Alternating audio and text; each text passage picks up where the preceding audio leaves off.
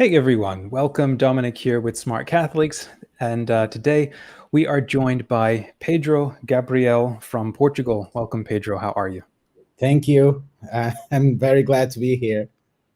Now it's good to have you. We're going to have a good discussion here. Briefly, Smart Catholics Mastermind. It is a live series to meet the minds and hearts of Catholic creators. They devote their time and talent to mastering their vocation so that you can live a fuller life faster. Now, Pedro, he is an oncologist currently working in a public hospital in Portugal. He is an apologist who has co-founded the website Where Peter Is and is soon going to publish a book defending the orthodoxy of Amoris Laetitia. He is also a fiction writer with a Tolkienite flavor, recently debuted in the English language. And we can touch on that towards the end, Pedro. So again, really good to have you. You and I connected a year and a half ago with the second conference, and I've been just, following your work since. And so now you've got this book. So first, tell us about yourself. Like, why did you found Where Peter Is, and then that's led now to your book? Well, first of all, I have been an apologist since much earlier than Where Peter Is.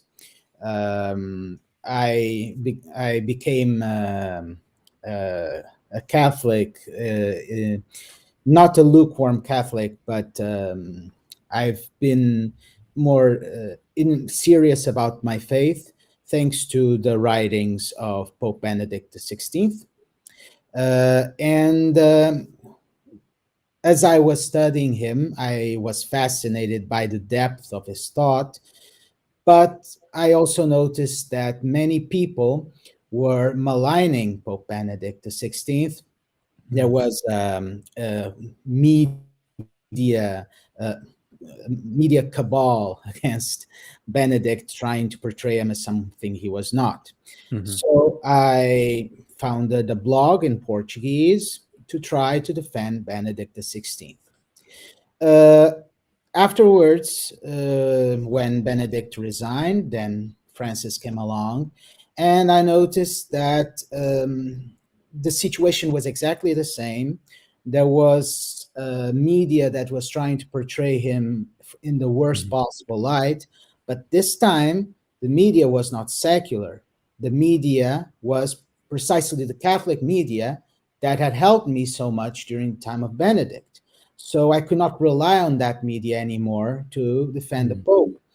And I saw that there were many other Catholics who had noticed the same, and there was an emptiness, a void in Catholic media defending the Pope, which is something completely paradoxical. There's this Catholic media, and they are the ones attacking the Pope, and there's almost no voice defending the Pope. So we teamed up and decided to found Where Peter Is. It was important. There was, at the time, no concerted effort among Catholic voices to defend Pope Francis. There were some here and there scattered, but in an organized way, as the Catholic media that was the source of those distortions of Francis' papacy, there was nothing.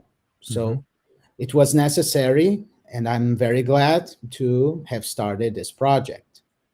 Wonderful. And it's been exciting the last couple of months. Where Peter Is has really picked up energy in the private group inside of Smart Catholics, where I'm so glad to have you all in there sort of chatting.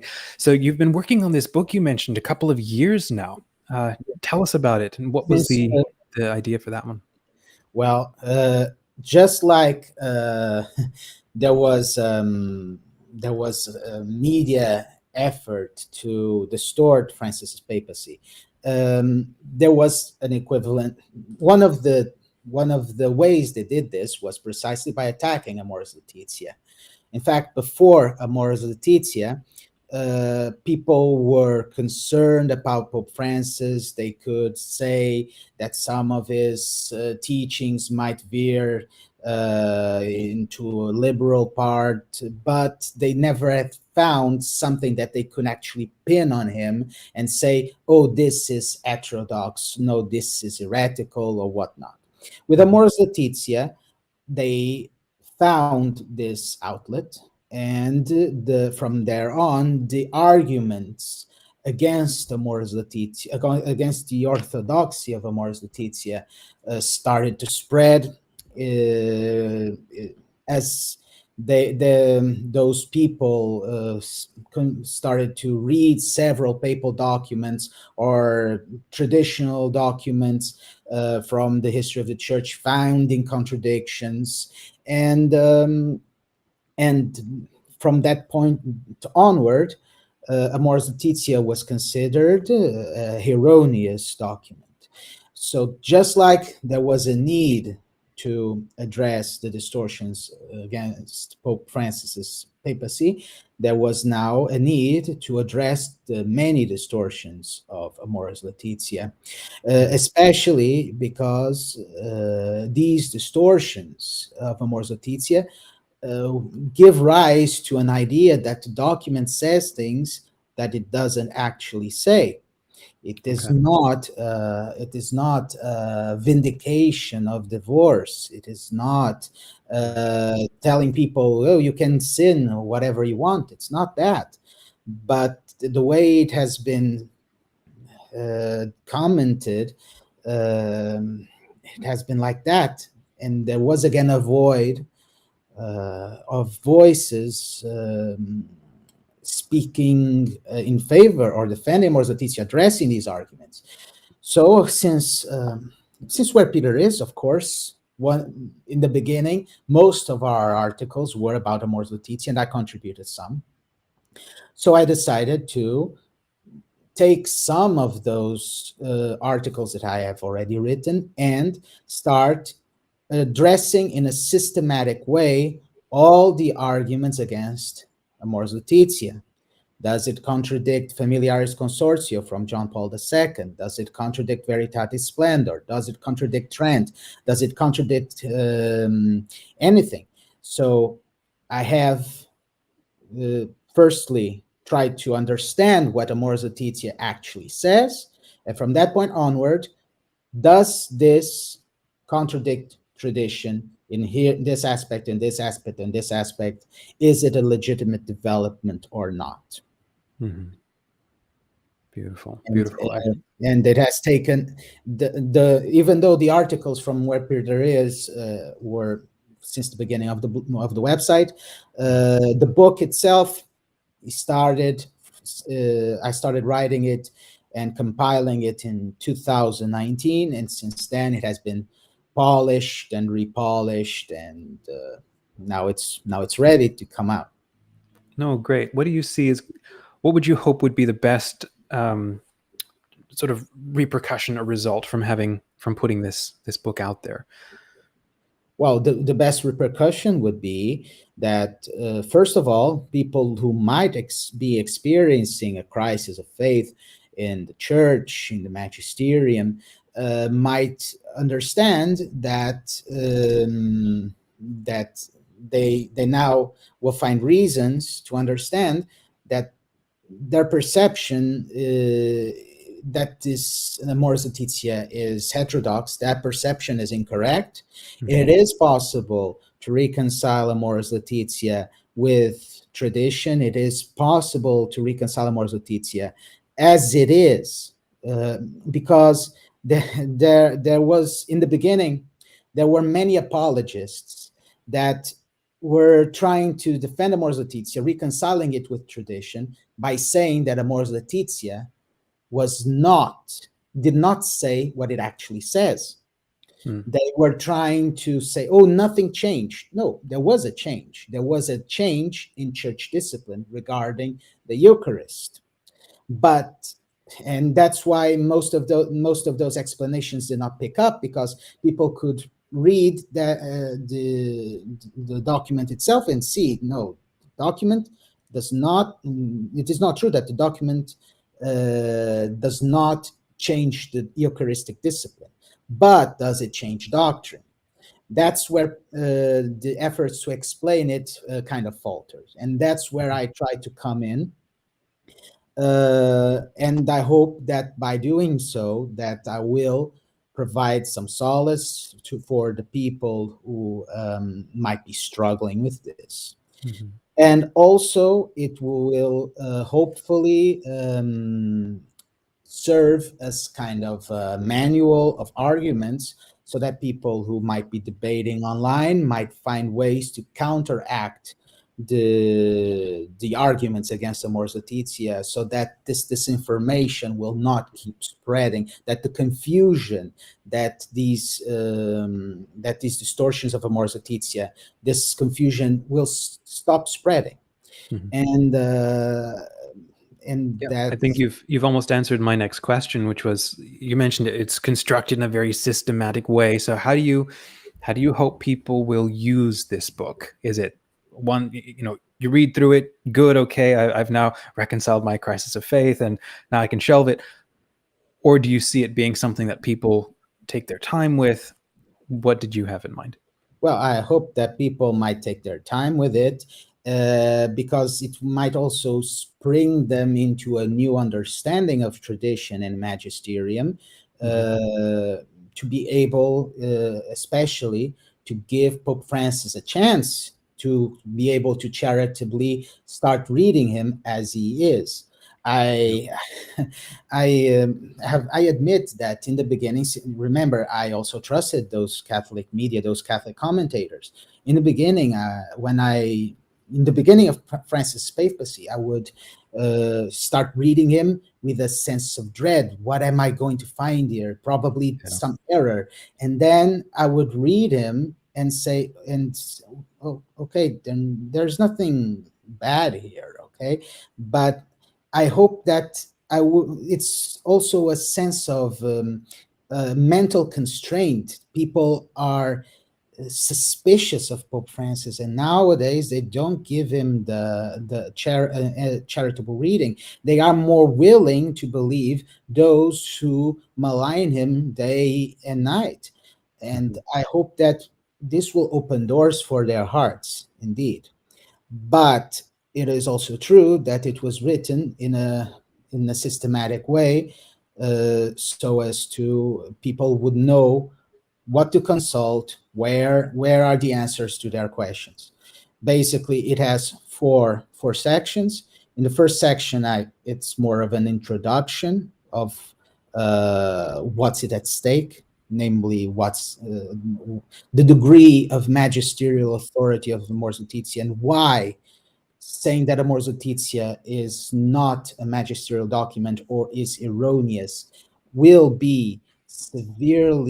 severely hamper the totality of Catholic doctrine. We cannot simply say this document is bad and expect that all the foundations of Catholicism will not crumble. Right. In the second section, I will try to see what is the exact interpretation of Amoris Laetitia and why, using both document itself and external validations, namely from the Pope, other interventions of the Pope. And from there, using that interpretation that I find that is the most plausible, the most likely, I will, on the third section, compare it with all the documents that the critics say it contradicts. And finally, on the fourth section, I will give some practical examples, because sometimes people will say, oh, in theory, but in practice, what does this look like? And that's the fourth part. So I think it's easy for people to consult. If they have trouble with something, they will consult. What about the Amoris Laetitia Veritatis Splendor? There's a chapter on that. Where do I find a practical case? There's the fourth section. So it's easy to consult on that regard. Yeah. Fantastic. How can people get a copy? When is it coming out as of this video? As of this video, the book is undergoing edits. Okay.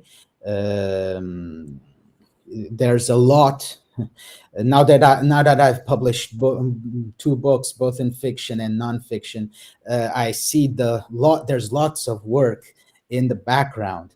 So it is being edited at this moment for clarity, and also to have all the specifications of the publisher. There's going to be other work beside that, but our target is going to be that it will be published before the end of this year of Amoris Laetitia, which has Brilliant. which is now ongoing. I hope that my book will help contribute for the debate and the discussion around Amoris Laetitia during this year dedicated to Amoris Laetitia. Beautiful. So how then can people stay in touch to learn more, when it's going to be launched, to keep following you? How can they stay in touch with you? Well, of course, there's my social media, but I would recommend that they would keep in touch with where Peter is. The website will keep doing updates. Okay. But also my social media. And I will also be around. I will be promoting the book. Yes, Okay. I will. When the time is more nearby, I will set up a series of promotions for the book, and say where people can get it, how, those sorts of things. Great. All right. Well, then I'll drop the links as well within the description of this video. Follow where Peter is. Sign up for that mailing list as well. I mean, you're, as a co-founder, that's kind of, we spend a lot of time. And then I'll put your Facebook page on there as well, or something. And then people can stay in touch with you there. Well, I think this is a good place to wrap.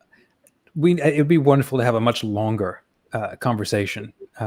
There has been so much water under the bridge, and it would be, I think, so valuable to start, I don't know, I'm just 2 years later unpacking, in retrospect. But anyhow, if you were to, in 1 minute, Pedro, share your message from your heart to the world, and you had 1 minute to share that, what would you say? Well, first of all, I would like to say that Amoris Laetitia is a wonderful document. It is a true essay on love in all its facets. So, since it is a document, a papal document on the nature of love, which is the central part of Catholicism, of Christianity, of everything, it should deserve an attentive reading. But unfortunately, the beautiful message of Amoris Laetitia has been overshadowed by the controversy of communion for divorced and remarried, which is something that Pope Francis himself clearly does not want. He said it specifically. So this controversy, and worst of all, this controversy has been used to sow suspicion around the magisterium of the Vicar of Christ. So most of the objections raised against the orthodoxy of Amoris Laetitia can be answered by taking recourse to tradition itself. The development that we see in Amoris Laetitia is not as revolutionary as some might think, though on the ground, it will certainly mean the world to some Catholics who need grace to withstand the situation they are faced with. So I hope that this investigation of mine will help, and that people might once again have confidence on the promise of Christ that he will guide his church through his visible head, which is the Pope Francis, in this at this moment.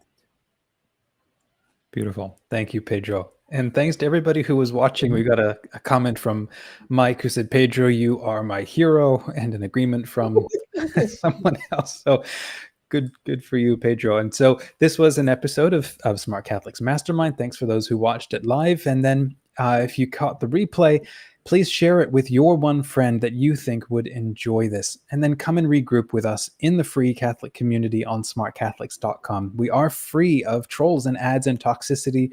We are faithful to the Holy Father, Pope Francis, and the Church. And we are committed to a culture of kindness and learning. Does that sound like you? Well, then come and join us. Thanks again. God bless you, Pedro, and God bless everyone. Thank you very much. God bless you too.